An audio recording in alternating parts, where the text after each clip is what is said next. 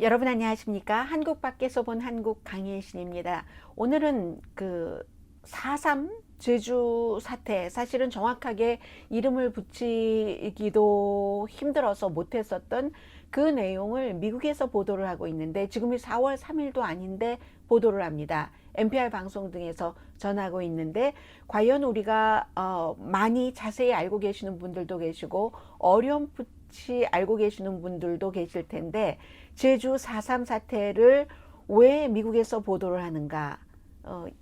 이번에 이제 미국의 보도를 통해서 한번 한국인으로서 어디에 살고 계시든지 정리를 하시면 좋겠고요. 그리고 이번 주에 너무 많은 뉴스가 있었습니다만은 그 가운데서도 북한 헌법을 바꿔서 말하자면 핵무기 선제 공격을 할 수도 있게 그 법을 바꿨다는 발표를 했습니다. 거기에 대한 한국과 미국의 반응, 그리고 또 중요한 것은 로스앤젤레스 시에서 오징어 게임의 날을 선정을 했거든요. 정했거든요. 결의안으로. 여러 가지 의미가 있습니다. 또 하나는 에미상 시상식이 일요일이 아니라 월요일에 하게 됐는데, 이 월요일에 이번에 오징어 게임이 뭐 알고 계시는 것처럼 14개 부문 후보에까지 올라갔는데, 과연 한국어로 된 것이 기생충이 아카데미에서 외국어인데도 작품상을 받은 것처럼 그렇게 될 수 있을까? 그리고 도대체 그 배우들도 너무 많이 후보에 올라가서요. 미국에서도 무척 화제거든요. 누가 받아야 된다, 누가 받을 것이다, 아니다. 가장 오징어 게임과 지금 경쟁을 하고 있는 것은 석세션이라는 드라마죠. 자, 이런 내용들을 오늘 여러분들과 함께 한국 밖에서 본 한국 시간에 전해드리겠습니다. 제주 4.3 사태는 1947년 4월 3일부터 시작해서 그동안 3년 동안 아주 치열했었고, 많은 사람들은 6.25 한국전을 예를 들어서 구소련의 지지 내지는 사주를 받은 김일성 전 주석이 남침해서 이렇게 됐다. 이게 6.25의 발발에 관한 거의 시초의 전부라고 알고 있고 생각하고 계십니다. 그런데 미국에서는, 미국의 전문가들은 그 이전에 제주 4.3 사건, 제주 4.3 사태가 결국은 남북이 분단되고 전쟁을 치르게 되는 굉장한 그 불쏘시개의 역할을 했다고 보거든요. 자, 이 내용부터 전해드리겠습니다. 그 전에요. 윤석열 대통령이 엘리자베스 2세 여왕의 사망에 대해서 조의를 표한 것, 그 사진 등을 통해서 미국에서도 전부 전하고 있습니다. 제주 4.3 사태도 1947년이니까 57, 뭐 아무튼 70년이 넘었죠. 70년이 넘었고, 저는 오늘 미국의 여러 매체에서 보도를 하지만 NPR 방송의 앤서니 쿤 기자가 직접 제주도에서 이제 보도를 하고 한 내용을 전해드리겠습니다. 한국 당국이 결국은 그 폭력 사태를 중단했습니다. 아마 제주도에서 오늘의 미국, 한국 밖에서 본 한국을 듣고 보고 계시는 분들도 계실 테고, 제주도가 고향이신 분들, 남달리 제주도에 애정을 갖고 계시는 분들도 계시는가 하면은, 요즘 제주도가 어떤 그 문화 내지는 삶의 트렌드였던 게 뭐 10년 정도는 적어도 됐기 때문에 많은 관심을 그곳에 갖고 계실 겁니다. 공식 추산에 따르면 제주 4.3 사태는 결국은 중단하는데 6년이 걸렸고, 한 3만 명 그 이상으로도 보고 있습니다. 제주도라는 작은 섬에서 그렇게 사람들이 숨졌고, 아직까지도 공식적으로 해결되지 않은 어떤 상처가 있는데, 이 상처에 대해서 당시 제주 4.3 사태의 희생자 가족들은 지금 얼마나 나이가 많으시겠어요. 그분들이 한국전 전인데, 그분들은 미국에 어떠한 요구를 하고 있는 겁니다. 그래서 미국 기자가 직접 제주도에 가서 취재를 하고, 제주도에서 당시의 희생자셨거나 희생자의 가족 되시는 분들은 미국이 뭔가를 해야지 된다 하고 주장을 하고 계십니다. 여전히 학살이죠. 제주 4.3 사태, 이 학살 생존자들은 미국이 사과해야지 된다. 사과. 노군리 사태 때도 그랬고, 여러 사건에서 미국의 사과를, 역사적인 일에 대한 사과를 요구하는 겁니다. 일본에 대해서만 한국 사람들이 역사적인 이런 것에 대해서 과오를 뉘우쳤는가? 공식적인 사과를 했는가를 따지는 게 아니라 미국에 대해서도 그러는 겁니다. 앤서니 쿤 NPR 방송에 아주 진지하게 보도를 하는 그런 세리어스한 그 리포터입니다. 수많은 관광객들이 제주도에 도착하고 제주도는 한국의 하와이다 이렇게 불리고 있는데 공항 활주로 근처에서도 학살이 일어났다는 거죠. 거기서 일어난 그 소름 끼치는 일을 알고 있는 방문자는 거의 없다고 얘기를 합니다. 제주도 섬에 있는 박물관이 2007년에서 2009년 사이에 조사관들이 그곳에서 그동안 묻어뒀다가 47년도부터 시작됐었던 일을 묻어뒀다가 2007년에서 2009년 사이에 거의 400구의 유해를 어떻게 파헤쳤는가 이걸 지금 제주도 박물관에서 자세히 설명하고 있다고 합니다. 이걸 이제 미국의 NPR 방송에 앤서니 쿤 기자가 가서 직접 들은 거죠. 양주훈 제주 4.3 평화재단 이사장이십니다. 한국에선 뭐 너무나 잘 알고 있지만 아무튼 그게 뭐였지? 그런 일은 있었어? 한두 줄만 알고 계신 분들은 지금 이것도 한국에서 어떻게 보면 더 자세히 가지치기를 해서 설명할지도 모르는데 미국인이 미국 사람들에게 알리기 위해서 제주 4.3 사태를 어떻게 정의하는가 하는 것을 한번 들어보는 것은 의미가 있다고 생각이 됩니다. 이 학살 사태에 대한 논의가 군부가 뭐 1988년도에 끝났다고 봐야 되겠죠. 그때에는 그 군부 통치 아래서는 말할 수도 없는, 말해서도 안 되는, 쉬쉬쉬쉬 했어야지만 된 제주도 그 사건에 연루된 사람들, 제주도 사람들만이 알고 조용히도 입 다물고 있었어야지만 되는 일들이라고 알려줍니다.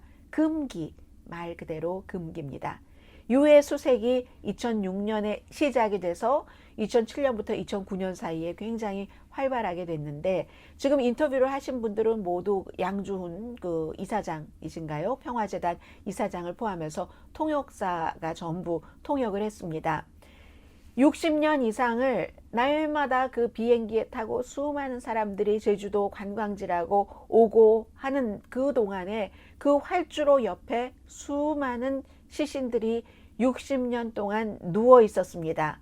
그런데 우리 모두는 방문객을 포함해서 그들이 60년 동안 그곳에 누워 있는데 존재하지 않았던 것처럼 살아왔습니다.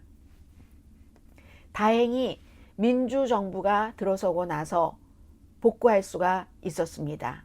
그리고 이제 중간중간 제가 리포트를 들은 것을 키워드를 정리를 해놓은 거거든요. 앤서니 쿤 기자가 얘기를 합니다. 미국이 2차 대전 때 일본을 패배시키고 35년 동안 36년 일제치하 일본의 한국 식민지 지배가 끝났고 그리고 이제 그 남한에서만 열리는 그런 그 선거 같은 것을 보이콧을 했고 제주도에 살고 계시는 분들이요. 그리고 일본 점령군과 또 협력한 한국인을 고용하는 그 당국에도 반대했다. 그러니까 제주도에 그거 깨끗하게 그 당시에 일제 청산을 해야지 된다. 그리고 이제 그 선거도 조금 더 광범위하게 해야지 된다. 이렇게 주장을 했었기 때문에 47년부터 시작이 돼서 48년 4월 3일 반군 그러한 앞서 말씀드린 깨끗이 일제를 청산해라 선거도 광범위하게 이루어져야지 하는 그런 사람들이 경찰서를 공격해서 그 다음에 이제 가혹하게 탄압을 하기 시작했다는 겁니다. 공권력이 광주 사태와도 약간 오버랩되는 부분이 있습니다. 그래서 이제 양조훈 이사장이 계속 설명을 하는데 미국은 이 반군을 4.3 사태에서 정부의 모든 것에 우리는 다 동의하지 않는다 하는 사람들을 구소련군과 연결해서 진압을 정당화하고 했는데 공산당 뭐 이런 형태로요. 그것만이 전부 사실의 전부는 아니라고 얘기를 합니다.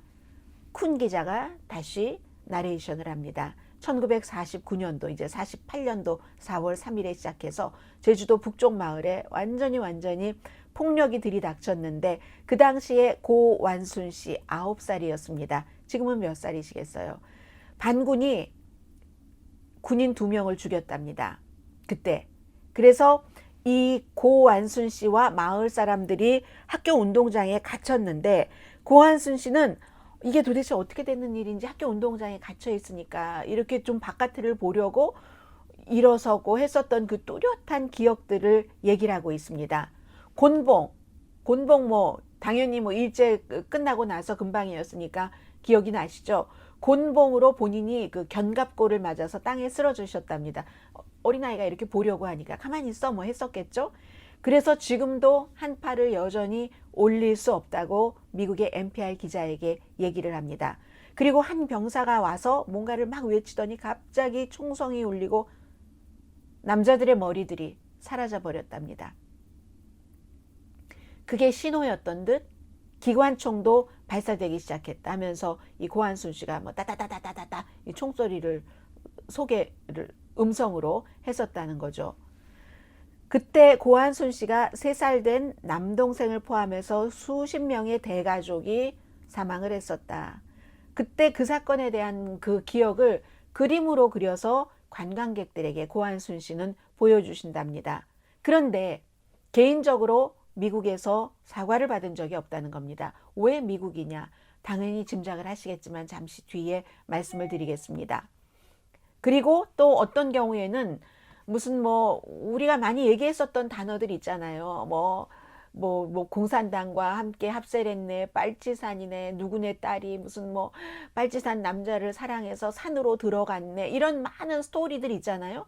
그런 스토리들이 이리저리 엮이면서 마치 내가 정부군이 아니라 반군과 결탁했네 하는 또 어떤 땐 죄책감에 사로잡혔고 이게 드러나면 아무 일도 하지 못해 평생 하지 못하는 연좌제 비슷한 것도 있고 그러한 것들을 미국에 알려주는 겁니다. 한국 분들은 많이 알고 계시지만 그래서 고한순 씨가 유엔을 방문해서 미국에 사과하라고 촉구를 했고 그게 이제 위안부 할머님들께서 미국의 유엔을 방문해서 많이 스토리들을 얘기하시잖아요. 이 경우는 미국이 사과해라 하는 겁니다. 그리고 고한순 씨가 그 학살이 9살 때 일어났는데 지금 83살이십니다.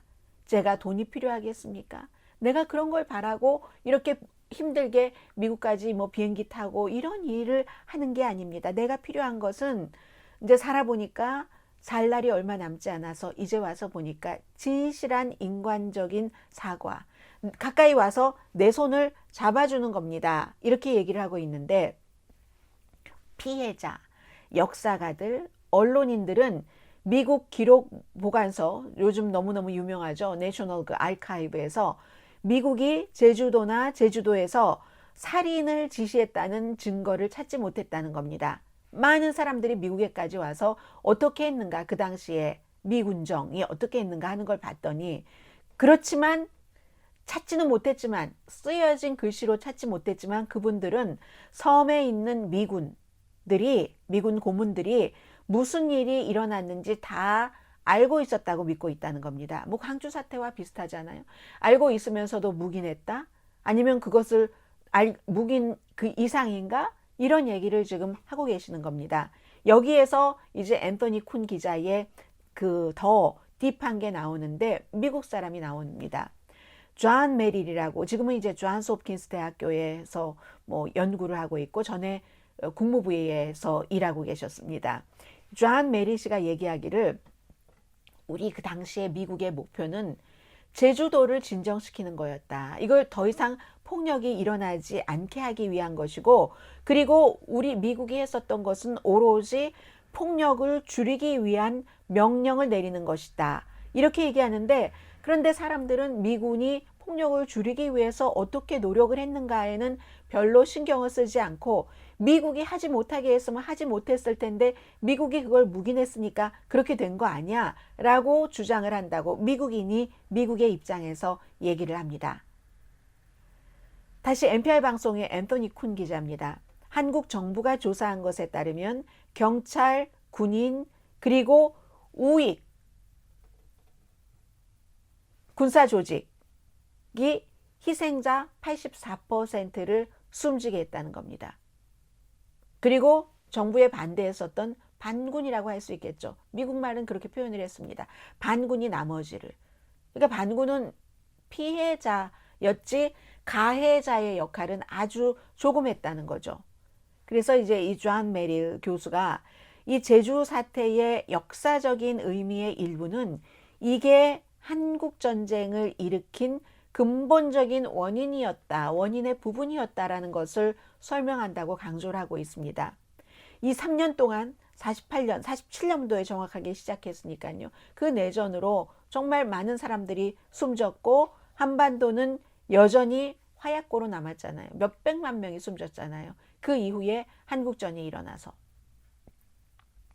그런데 한반도 전쟁의 시작과 그것이 현재 상황에 어떠한 영향을 미쳤는지, 여기에 대해서 또 앞으로 무슨 일이 일어날지 고려하는 사람은 별로 많지 않으면서 제주 4.3 사태를 미군이 눈 감고 있었다 하는 것에만 중심을 둔다는 얘기입니다.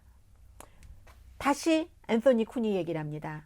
많은 사람들이 전쟁의 직접적인 원인인 그 북한의 남침에 대해서만 알고 있고, 제주도가 남한 내부의 정치적인 좌파, 정치적인 우파 사이에 정말 대단한 갈등 지역이었다는 것을 놓치고 있다. 물론 알고 계시는 분들도 많이 계십니다. 그러나 군사정권 당시에는 이걸 쉬쉬했었기 때문에 학교에서 가르쳐 주지도 않았고, 그냥 뭐 나중에 뭐 아름아름 조금씩 들어서 스쳐 듣고 잊어버리고 하는 그 정도라는 거죠. 그런 얘기. 또 강춘희 씨가 등장을 합니다. 이분도 생존자고, 그리고 생존자, 희생자 가족연합의 부회장이라고 하시는데, 이분은 그 당시에 아버지가 갇혔다라는 소식을 들었고, 그 뒤로는 아버지의 생사를 듣지 못했답니다. 어머니는 엄청 매를 맞았고, 그리고 이제 어머니의 젖을 먹고 있었던 남동생, 그때 그 학살로 다쳤고 나중에 그 부상으로 숨졌다고 얘기를 합니다. 강춘희 씨는 그때 우리 마을은 전체가 불탔어요. 왜 여러분들 그런 거 상상되시죠? 어디 저기 전체가 불탔는데, 정말 이렇게 보면은 우리 그 당시에 불탔던 우리 마을 사람들뿐만이 아니라 제주도 전체를 위해서라도 미군이 책임을 지고 배상을 해야 됩니다. 이분은 이제 배상 얘기가 나옵니다. 그래서 희생자들과 또 이런 그 제주 4.3 사태에 대해서 뭔가를 해야 된다라고 생각하셨던 분들이 미국 사람들에게 인식을 높이고, 그리고 미국이 정말 할 수 있는 만큼 사과를 하고 받아내기 위해서 미국에서 심포지움을 열려고 오랜 동안 기획을 했는데, 이게 코비드 19 때문에 계속 그 연기를 해왔었다는 겁니다. 그래서 지금 앞서 말씀드린 여러분들이 어쩌면 미국에서 이러한 일들이 있었고 미국이 책임이 있다 하는 인정까지 받아내기 너무 힘든 싸움을 하고 있을지 모르지만, 한국 내부에서는 꾸준히 이런 일들을 해왔었고 해야지 된다라고 얘기를 합니다. 4월 3일 이 비극적인 사건이지만 제주도 국민들이 사실은 뭐 그걸 어느 정도 이해를 했고, 그리고 용서하고 화해하고 있는 그런 운동도 하고 있기 때문에 제주도민이라는 것을 자랑스럽게 생각합니다라고 또 얘기를 했습니다. 역시 이것도 한국 정치가 주가 돼야지 되는 일일 수도 있는데, 앤서니 쿤 기자가 얘기하기를 그게 1947년부터 시작을 해서 6.25 전쟁이 끝나고 몇만 명이 숨진 거잖아요. 그런데 2000년대에 처음으로 독립적으로 이 제주 4.3 사태를 조사를 해야지 된다. 그걸 의무화하는 법안이 통과가 됐습니다. 2000년이면 김대중 대통령 때잖아요. 그 이전에 군사정권 때는 4.3 사태 사자도 언급하지 못했는데, 김대중 대통령이 98년부터 2003년까지 집권을 했죠. 그러니까 마지막 해에 그렇게 딱 법을 만들어 놓고, 그 다음이 노무현 대통령이잖아요. 노무현 대통령이 1947년도에 노무현 대통령이 한국 대통령 아니었습니다. 그러나 제주 그 도민들에게 사과를 했죠. 정부가 탄압을 한 거다. 내가 운영을 하는 정부는 아니지만 그 이전의 정부가 탄압을 한 것이다 라고 해서 노무현 대통령이 그 다음에 이제 그 김대중 대통령이 딱 법을 만들어 놓고 이거 조사를 해야지 된다. 독립적으로. 법이 만들어지고 3년 뒤에 사과를 했습니다. 그래서 지금 제주도에 그런 많은 일들을 하고 계시는 분들이 미국 기자도 초대를 하고 하면 박물관도 보여주고, 여러분들 비행기 저기서 내리셨죠? 그 옆에 시신이 그렇게 몇백 구가 있었는데 60년 이상을 모르는 척 지났습니다. 이런 설명도 하면서 앤서니 쿤 기자도 굉장히 자세히 보도했거든요. 충분히 공감을 희생자들의 주장에 대해서 한 겁니다. 그래서 4월 3일이 도대체 무슨 날이냐, 무슨 학살이냐, 뭐냐, 뭐 반란이냐, 이런 것에 대해서는 여전히 논의 중이고 사건의 정확한 명칭조차 합의가 되지 않았기 때문에 기념관이 있는데 글을 써야 된 데는 조금 비어 있겠죠. 그래서 그 기념물이 제대로 정리가 돼서 세워지길 바란다는 희생자 가족들, 또 그분들을 위해서 대표로 일하고 계시는 분들의 얘기를 썼습니다.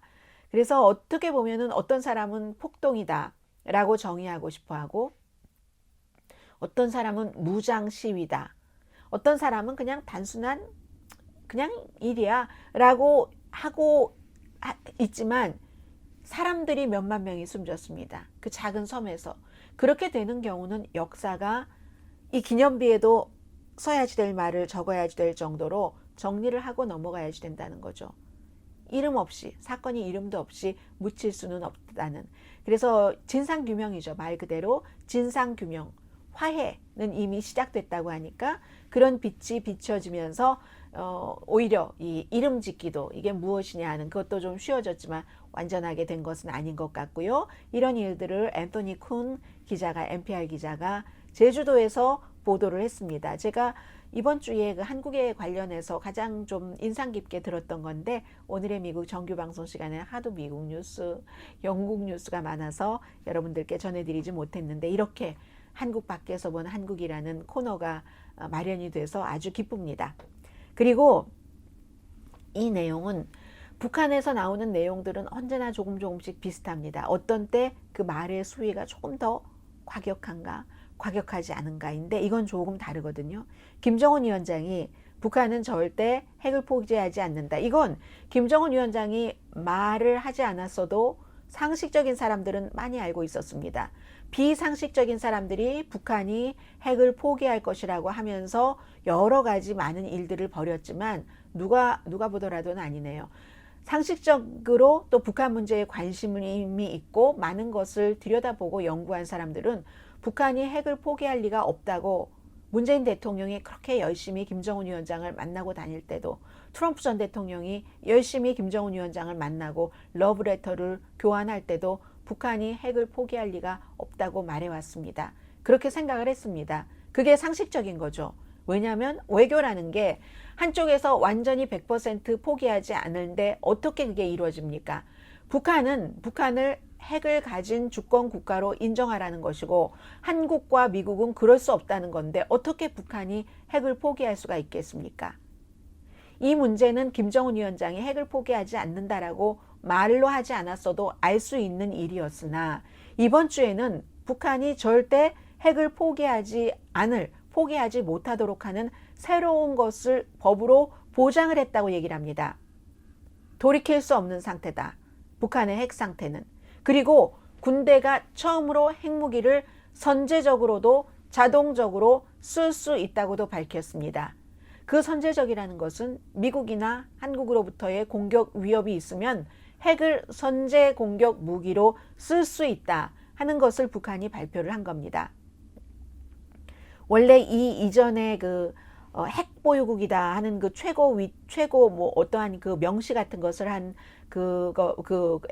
최초로 명시한 그 북한의 말하자면 법은 2013년도였는데 이번에는 북한이 핵무기를 사용해서 적대적인 핵 보유국의 침략이나 공격을 물리치고 보복 공격을 할 수도 있다 규정. 이거 보니까 미국을 더 많이 겨냥한 거죠. 핵 보유국의 침략이나 공격을 막아내고 보복 공격을 할 수 있다고 규정을 지었다고 하니까요.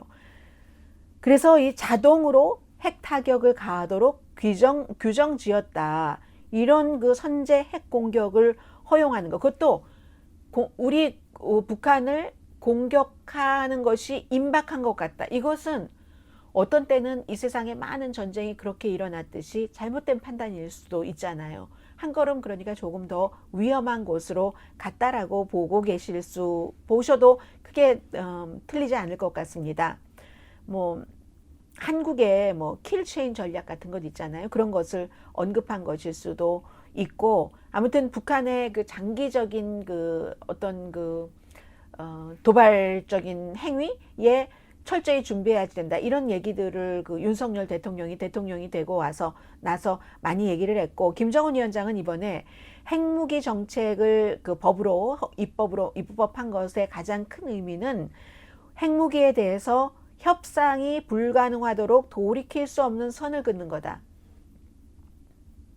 전에 트럼프 전 대통령이 김정은 위원장을 만나기 직전에 돌이킬 수 없는 정도로 협상을 한다고 했습니다. 북한이 돌이킬 수 없는 정도로 핵을 포기하겠다고.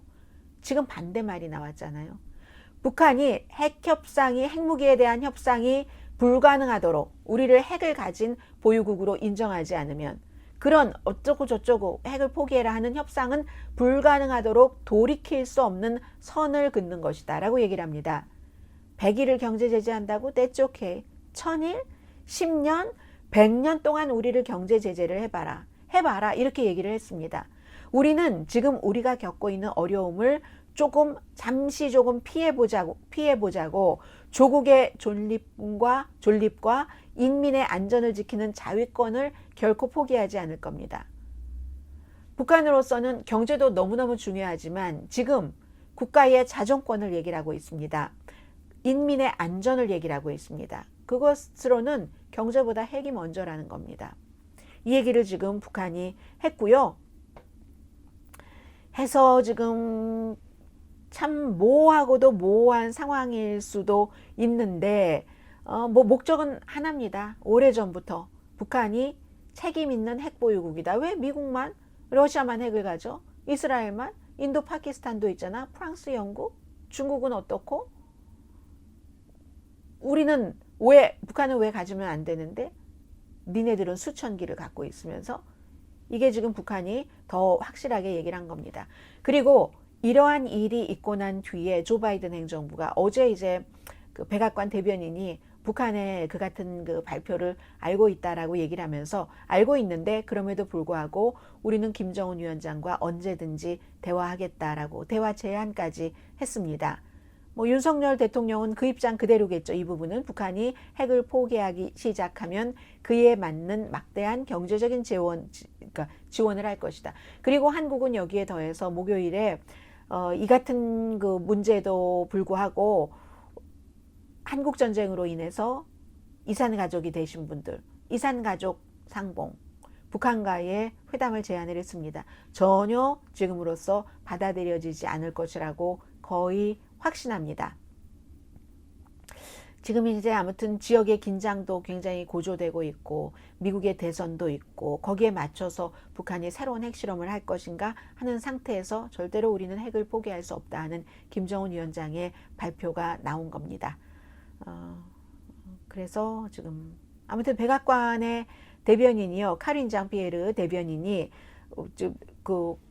금요일이었었죠. 금요일에 바이든 대통령이 그 오하이오주를 갔기 때문에 거기 에어포스 1에서 기자들에게 미국은 북한에 대해서 적대적인 그런 일을 할 의도가 전혀 없다 하는 것을 분명하게 밝혔습니다.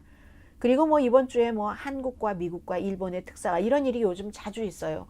북한의 핵실험 우려 나오고 있으니까 여기서 안보 강화한다, 서로가 서로를 돕겠다는 약속을 분명하게 한 것이요. 일본 외무성 다케히로 후나코시 그 사무국장이 주최를 해서 3국이 회의를 했고, 성김 미국 대사, 코리안 아메리칸 미국 대사와 김건 한국 한반도 평화특별대표도 서로 참석을 해서요. 그리고 일본 대사도 그렇게 얘기를 했습니다. 북한 정부는 언제나 협상 테이블에 나올 수 있다. 그리고 이건 한국이나 미국도 지지하고 있는 것이기 때문에 아무튼 지금 그렇습니다. 그리고 오늘 오징어 게임에 대해서 좀 말씀을 드리겠는데요. LAC가 오징어 게임의 날을 만들었습니다. 9월 17일입니다. 오늘 이제 9월 11일이잖아요. 한국 드라마 오징어 게임이 미국 대중문화에 얼마나 영향을 미쳤는지 그 성과 같은 것을 기념을 해서 오징어 게임의 날, 스퀴드 게임 데이를 9월 17일로 한 겁니다. 이거는 여러 가지 의미가 있지만 오징어 게임이 너무 폭력적이라 싫다 하시는 분들도 계시지만, 그분들이 오징어 게임을 싫어하는 것과 오징어 게임이라는 넷플릭스의 한국 드라마가 너무나 인기가 있어서 세계에 미친 영향, 좋은 영향, 나쁜 영향 다 있겠죠. 그러나 그 좋은 영향, 나쁜 영향 가운데서 크게 보면은 좋은 영향이 한국을 알리고 한국의 드라마에 바람을 넣어서 이게 꺼지지 않는 걸로 얼마나 지금 탄력을 받고 있는지 모릅니다. 그런 것들이 있기 때문에 개인적으로 오징어 게임을 폭력적이라 싫다 하시는 분들, 저도 무섭거든요. 못 본 장면이 무척 많거든요.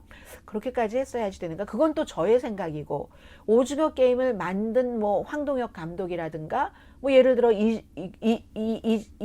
이재정이라고 그러려고 했어요. 이정재 씨라든가 이런 분들의 생각은 또 다를 수도 있잖아요. 그러니까 개인적인 생각과 아무 상관없이 미국에 많은 영향력을 미쳤다. 그래서 우리는 오징어 데이, 스퀴드 게임 데이를 만들어야지 되겠어 하고 만들었다는 게 중요하고요.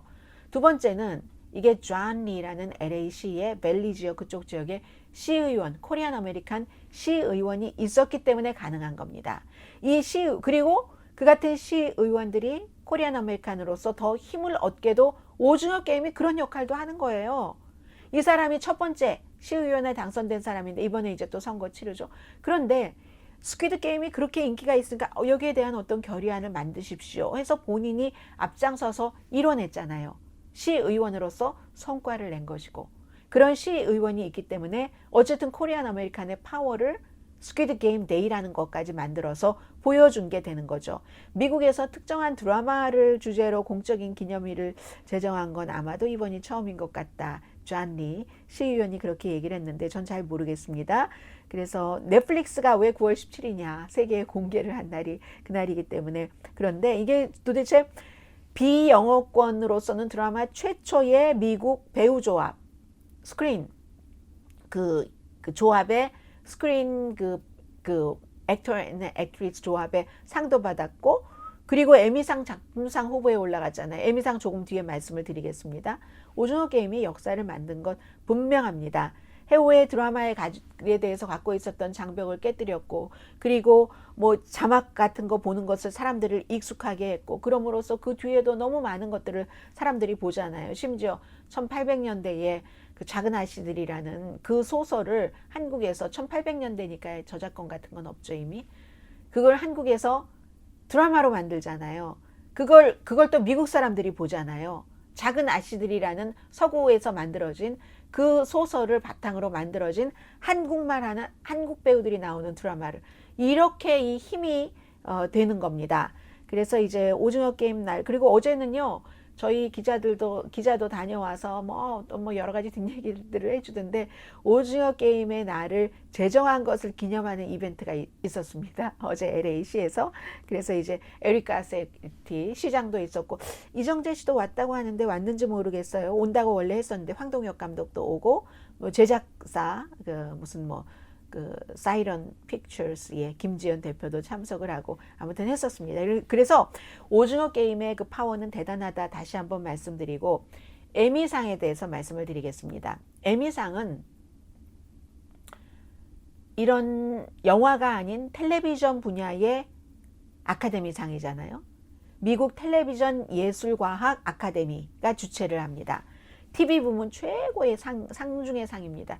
원래 일요일에 했었잖아요, 계속. 근데 이제 이게 MBC가 하면서 MBC 그 선데이 풋볼이 있기 때문에 그 먼데이로 됐습니다. 그래서 내일입니다. 내일 로스앤젤레스 시간으로 5시에 시상식이 있는데 13개 부문에서 14개 후보에 올랐습니다. 왜냐하면 조연상에 2사람이 들어가서, 그런 남자 조연상에 2사람인가요? 여자는 1명이고, 아무튼 그래서 13개 부문에서 14명 내지는 작품상은 그냥 작품상이니까 14개 후보에 올랐는데, 이 내용은 정말 많은 매체들이 보도를 하는데 제가 여러 매체를 종합을 해서 특히 상을 뭐가 받을 것 같아, 받아야지 돼 하는 부분을 오징어 게임과만 연관을 해서 좀 전해드리겠습니다. 물론 석세션이 이 드라마가 25개 후보에 올라가서 제일 많고, 그리고 이 오징어 게임은 13개 올라간 거죠. 아니 14개죠. 14개 올라간 겁니다. 제일 중요한 게 작품상이니까 제가 작품상부터 좀 말씀을 드리자면은요. 작품상에 많은 전문가들은 이제 뭐가 지금 올라가 있냐면 작품상, 최고 드라마 시리즈, 뭐 코미디 이렇게 나누니까는요. 거기에 그리고 각본상 너무 중요하잖아요. 영국 영화에서 시나리오처럼 역시 황동혁 그 감독, 주연상 이정재 씨는 아시아 최초의 에미상 그 아시아계로 최초의 주연상 후보에 올라갔고 그 밖에 조연상이 정호연, 박혜수, 오영수잖아요. 남자 둘, 여자 한 명. 조연상 후보에 올라갔고 무슨 또 뭐 게스트상 후보에도 올라가서 배우만 지금 하나, 둘, 셋, 넷, 5명인가요? 6명인가요? 아무튼 그랬습니다. 그리고 너무 많아요. 14개니까 무슨 뭐 프로덕션, 디자인, 카메라, 편집도 중요하죠. 주제 음악, 시각, 효과, 무슨 스턴트, 여기 있는 스턴트도 중요하니까 뭐 스턴트 하는 게임도 있었어요. 어제 이런 거 하면서 그랬는데 아무튼 석세션은 25개 그리고 유포리아가 16개 그 세브란스 애플 TV죠. 와 오징어 게임이 14개 올랐는데 작품상을 말씀드리자면 작품상은 석세션이 상을 받을 것이다라고 생각하는 전문가가 많습니다. 그런데 might win 오징어 게임도 작품상을 받을 가능성이 있다고 봅니다. 왜냐하면 2월 달에 그 배우 조합 어워드에서 받았고 4개 뭐 크리에이티브 아트 에미상에서도 수상을 했고 그 뭐 그러니까 기생충과 마찬가지로 외국어라 할지라도 전 세계적으로 반향을 일으켰고 기생충과 마찬가지로 소득의 불평등 같은 유니버설 주제잖아요. 그것은 그런 것을 했기 때문에 아마 이긴다면 정말 최초의 외국어로 만들어진 것이 에미상에서 작품상을 받는 역사를 남길 것이다. 뭐 헐리우드 리포터 같은 경우는 석세션이 탄다고 했는데 그러나 다른 매체에서는 마이트 윈 이 스퀴드 게임이 성공할 가능성도 있다고 봅니다. 그리고 주연상은요. 역시 뭐 석세션의 2명과 뭐 다른 작품에 서 있는데 이정재 씨만 말씀을 드리겠습니다. 이정재 씨가 우승할 거라고 보는 사람이 많습니다. 헐리우드 리포터도 이정재 씨가 이길 것이라고 했거든요. 왜냐하면 주연은 왜 다른 주연 배우들 사이에 여러 가지 얽혀있는 역학 관계가 많아요. 왜 시상식이라는 것은 때로 그럴 때가 있잖아요. 석세션 배우들이 있는데 배우가 둘이고 뭐고 이렇게 저렇게 해서 뭐 그럼 저 사람한테 주면 이게 뭐 안 되고 안 되고 이렇게 해서 결국은 그러면 이정재 씨가 더 괜찮은가 해서 기회가 생길 수 있다는 얘기입니다. 결정적으로. 그리고 스크린 액터스 길드 어워드에서 영화 배우 조합에서 놀랍게 이겼잖아요. 놀랍게 이겼기 때문에 크리틱스 초이스 어워드에서 또 한 번 이기고 하니까 이정재 씨가 받을 가능성이 작품상보다는 더 남자 주연상을 많이 받을 수 있다고 보고요. 그리고 남자 조연상은 오영수 씨하고 박혜수 씨 두 사람이 후보에 올랐는데 받을 가능성이 별로 없는 것으로 보고 있습니다. 석세션이 이길 것이라고 보고 있고 석세션도 배우가 많으니까 여기도 두 사람이 올라갔거든요. 세 사람이 올라갔네요. 조연 후보에는 남자 조연 후보에는 그러니까 석세션 만약에 놀래키더라도 또 다른 석세션의 후보가 받을 것이다 이렇게 생각들을 하고 있고 뭐 예외는 항상 있을 수 있습니다. 그런데 여자 조연상은 정호연 씨가 받을 가능성도 있다고 봅니다. 그리고 세계적으로 얼굴이 많이 알려졌잖아요. 그렇기 때문에 뭐 아무튼 더군다나 중요한 것은 스크린 길드 협회에는 그건 주연상은 있는데 배우상은 조연상은 없는데 거기서 다른 주연들을 다 제치고 상을 받았잖아요. 그렇기 때문에 그래서 남자 주연상도 이정재 씨가 예고되고 여자도 이게 그 정호연 씨가 받을 수도 있다. 그런 얘기들을 하고 있습니다. 물론 뭐 석세션의 뭐 배우라든가 다른 그 여자 조연상은 다른 석세션이 아닌 다른 작품의 배우가 받을 가능성도 있다고 보는데 아무튼 이 정호연 씨가 인지도가 아무튼 또 웬만큼 있고 하기 때문에 그렇게 그 밖에 이제 나머지는 받을 가능성들이 있는 게 많겠죠. 뭐 스턴트라든가 편집이라든가 뭐 여러 가지 앞서 말씀드린 그런 분야에서요. 그래서 월요일은 또 일찌감치 에미상 보면서 여러 가지를 생각해야 되겠습니다. 저는 정호연 씨를 보면서 그 연기 자체가 그 왜 나의 아저씨에서의 아이유 그리고 영화 그 브로커에서의 아이유 어둡잖아요. 어둡지만 카리스마가 있고 아무튼 좀 약간 이제 비슷한 분위기가 있다. 그 원래 극 중의 성격도 그렇고 그런 느낌을 가졌는데 아무튼 오징어 게임은 여러분들께서 개인적으로 좋아하시든지 좋아하시지 않으시든지 미국의 센세이션을 일으킨 세계적으로 미국을 넘어서 작품인 것이 분명합니다. 자, 오늘 한국 밖에서 본 한국 여기까지 전해드리고요. 내일 오늘의 미국 정규 방송 시간에 뵙겠습니다. 강혜신이었습니다.